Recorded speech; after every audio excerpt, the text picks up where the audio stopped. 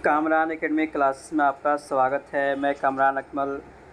आज के इस वीडियो में जो हम डिस्कस करने जा रहे हैं वो ये है कि आप में से बहुत सारे ऐसे होते हैं जो जामिया से बीए ऑनर्स इंग्लिश करना चाहते हैं, तो उसके क्या क्राइटेरिया है, क्या सिलेबस है, हमें किस तरीके से तैयारी करनी है, पेपर का पैटर्न क्या होता है, इन तमाम चीज़ों को हम एक एक करके डिस्कस करेंगे।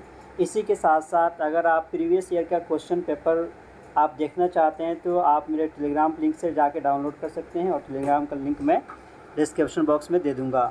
तो सबसे पहले अगर हम बात करते हैं कि जो क्राइटेरिया है बीए ऑनर्स इंग्लिश के लिए जामिया में, उसके लिए आपको सीनियर सेकेंडरी या उसी के इक्विवेलेंट जो भी डिग्री हो 50% मार्क्स से साथ आप पास किए हो तो आप बीए ऑनर्स इंग्लिश के लिए एलिजिबल हैं।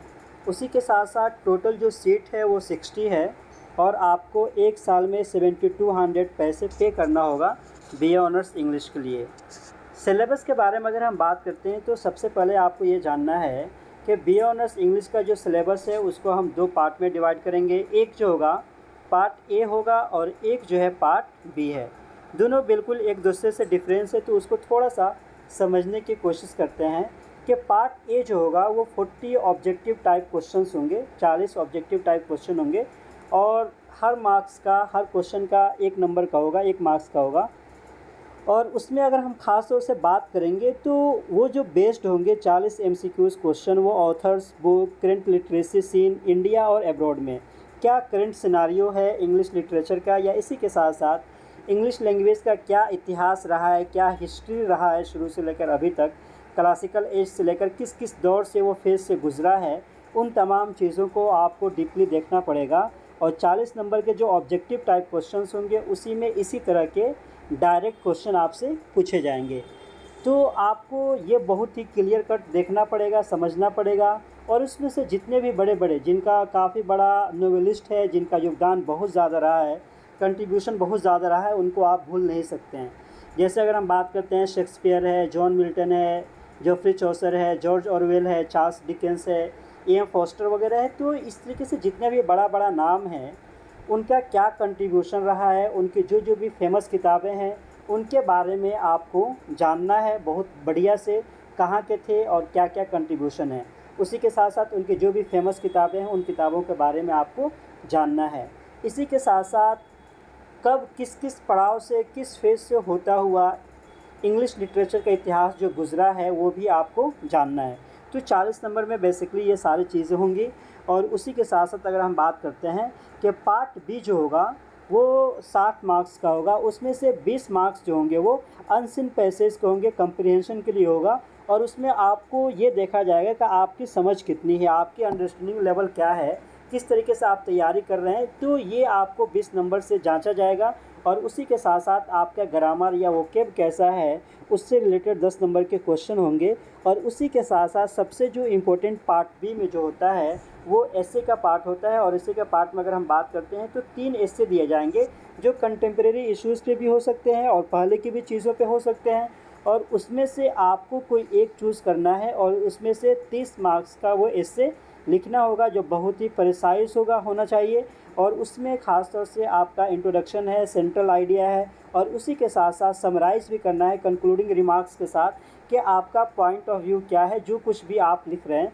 तो एस्से वाला सेक्शन काफ़ी ज़्यादा अहम होता है और वो 30 नंबर का होता है। तो पार्ट बी जो होगा वो आपका टोटल अगर हम बात करते हैं यहाँ पे तो टोटल 60 नंबर का हो गया, 40 नंबर का एमसीक्यू होगा और 60 नंबर का ये होगा। इसी के साथ साथ अगर हम बात करते हैं कि आपके पास जो टाइम होगा टोटल वो 1.5 घंटे का टाइम दिया जाएगा और 1.5 घंटे में यह आपको कंप्लीट करना पड़ेगा।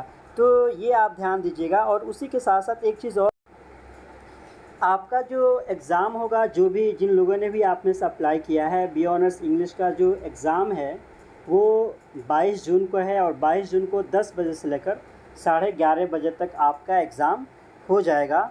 तो ये चीज़ें हैं, आपको फिर हम इसमें प्रीवियस ईयर के क्वेश्चन पेपर भी डिस्कस करेंगे ताकि आपको और आइडियाज़ मिल जाए रफली। इसी के साथ साथ आपको जितने भी लोगों को नोबेल प्राइज़ से सम्मानित किया गया है इंग्लिश लैंग्वेज की वजह से, वो भी आपको याद रखना होगा। जैसे सबसे पहले रुडयार्ड किपलिंग को 1907 में दिया गया, फिर जॉर्ज बर्नार्ड शॉ वगैरह है।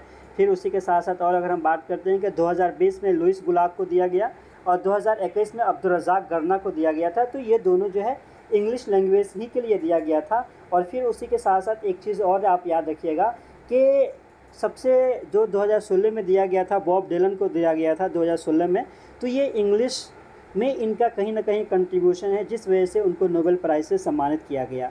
इसी के साथ साथ इंग्लिश लैंग्वेज से रिलेटेड जो भी संस्थान है, ऑर्गेनाइजेशन है, या इसी के साथ साथ जो भी बड़ा बड़ा अवार्ड मिलता है इंग्लिश लैंग्वेज में कंट्रीब्यूशन की वजह से, वो भी आपको याद रखना है। जैसे अगर हम बात करते हैं कि बुकर प्राइज़ काफ़ी बड़ा अवार्ड माना जाता है, तो बुकर प्राइज़ के बारे में भी आपको जानना है।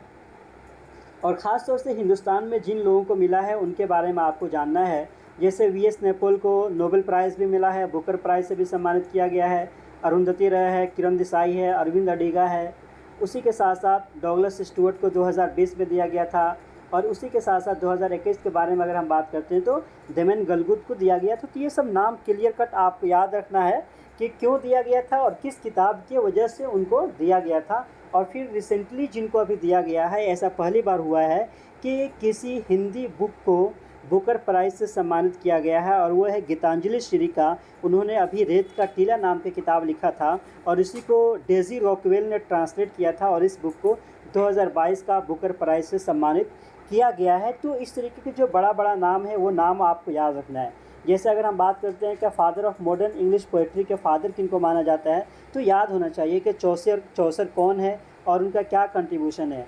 कौन ब्लाइंड रहते हुए भी उन्होंने गज़ब की शायरी की है, पोइट्री उनका बहुत ही बेहतरीन रहा है, तो जॉन मिल्टन है। तो इस तरीके से चीज़ें आपको याद रखना है। ग्रामर में जितने भी पार्ट्स ऑफ स्पीच है, या इसी के साथ साथ प्रीपोजिशन है, नरेशन है, एक्टिव पैसिव है, और फिर फिगर ऑफ स्पीच को आपको बहुत से बढ़िया से देखना होगा कि मेटाफर क्या है, सिमिल क्या है, पर्सनिफिकेशन क्या है, कि वर्ड में उसको याद जब यूज़ किया जाता है तो कहाँ पे कैसे यूज़ किया जाता है, वो भी आपको पता होना चाहिए। और फिर अगर आप देखिएगा यहाँ पे कि लास्ट ईयर में जो क्वेश्चन थे, ये आपका MCQs टाइप के क्वेश्चंस हैं, जो कहीं ना कहीं आपके कितना अंडरस्टैंडिंग है, कितनी चीज़ों को आप समझ पाते हैं इंग्लिश की, तो वो जांचने के लिए दिया गया है। फिर जैसे आप आएंगे तो फिर मेटाफर का इसमें से एग्जांपल कौन हो गया, फिर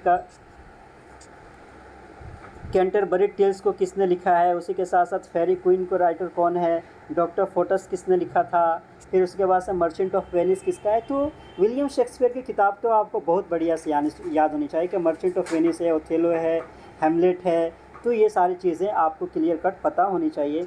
और उसी के साथ साथ अगर आप देखेंगे कि लास्ट ईयर का 2017 का, वैसे तो जो सब्जेक्टिव पार्ट है वो नहीं मिलता है, लेकिन 2017 और 18 का सब्जेक्टिव पार्ट मिल गया था। और ख़ास तौर से इसमें भी देखिएगा कि हिंदुस्तान के जो लोग हैं ना, उन लोगों ने भी इंग्लिश में जो किताबें लिखी है उसके बारे में पूछ देता है। जैसे wings of fire, Maulana Abul Kalam Azad की बहुत ज़्यादा फेमस किताब है, उसके बारे में पूछ दिया है। तो ये सारी चीज़ें आपको देखनी है।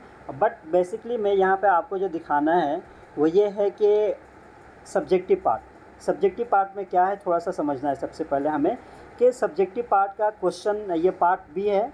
पार्ट बी में ये आपका पैसेज है, और पैसेज के बेसिस पे जो है आपको 3 क्वेश्चन होंगे, और 3 क्वेश्चन जो होंगे वो 5-5 नंबर के होंगे। What is the most important thing about a book. अब बुक के बारे में सबसे इम्पोर्टेंट क्या चीज़ है, तो जब आप पैसेज को पढ़ेंगे ना, तो पैसेज को पढ़ने के बाद वो सारी चीज़ें आपके लिए क्लियर हो जाएंगी। इसी के साथ साथ how is Shakespeare different from other writers, Shakespeare कैसे दूसरे राइटर से बिल्कुल अलग थलग है, तो वो आपको बताना है। उसी के साथ साथ according to the writer should be the function of literature, के राइटर के अकॉर्डिंग लिटरेचर का फंक्शन क्या होना चाहिए वो बताना है। तो 15 नंबर का ये होगा। उसके बाद से यहाँ पर अगर आप देखिएगा कि कुछ वर्ड है पैसेज ही में से दिए हुआ है, और उसका मीनिंग आपको बताना है, तो 3 नंबर का ये हो गया। उसी के साथ साथ pick a word from the passage that means the opposite, इसका अपोजिट होगा वो आपको बताना है। और फिर यहाँ पर अगर आप देखिएगा write two sentence using the word function, a noun and a verb, तो ये है फंक्शन को एज अ नाउन यूज़ करना है और फंक्शन को एज अ वर्ब यूज़ करना है।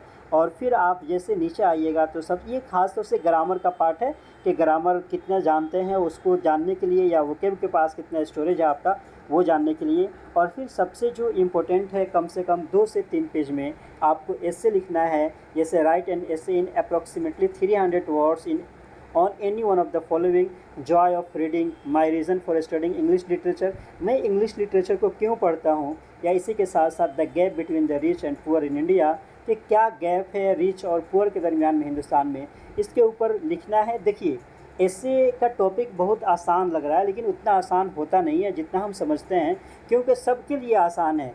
तो आप किस तरीके से लिख रहे हैं कि जो इन्विजिलेटर है, कॉपी चेक करने वाला है, उसके फाइंड को आप इम्पैक्ट डाल सके और वो ज़्यादा मार्क्स दे सके, तो इस पर्पज़ से भी आपको लिखना है। तो ये है आपका बी ऑनर्स इंग्लिश का टोटल डिस्क्रिप्शन कि अगर आप बी ऑनर्स इंग्लिश लैंग्वेज से करना चाहते हैं जामिया से, तो इन तमाम चीज़ों को फॉलो करिएगा तो आसानी से आपका सिलेक्शन हो सकता है। और उसी के साथ साथ अगर आपको प्रीवियस ईयर का क्वेश्चन पेपर चाहिए तो आप मेरे टेलीग्राम चैनल से जुड़ सकते हैं। Once again thank you so much.